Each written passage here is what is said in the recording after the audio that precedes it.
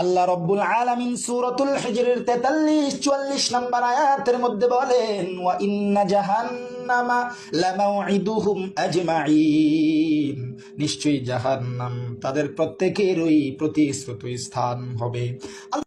এ বন্ধু, হাফিজুরের দালালি ছাড়ো।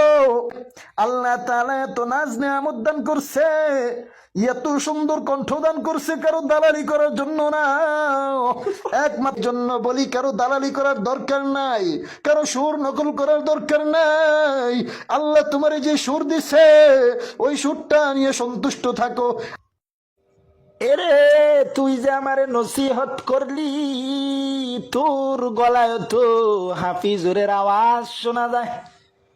তুইও তো হাফিজুরের দালালি কইরা কইরা আরেকজন রে নসিহত দেস। না না, আরেকজনের দালালি কইরা কইরা অন্য জন রে নসিহত দিস না। ভালো হয়ে যাও।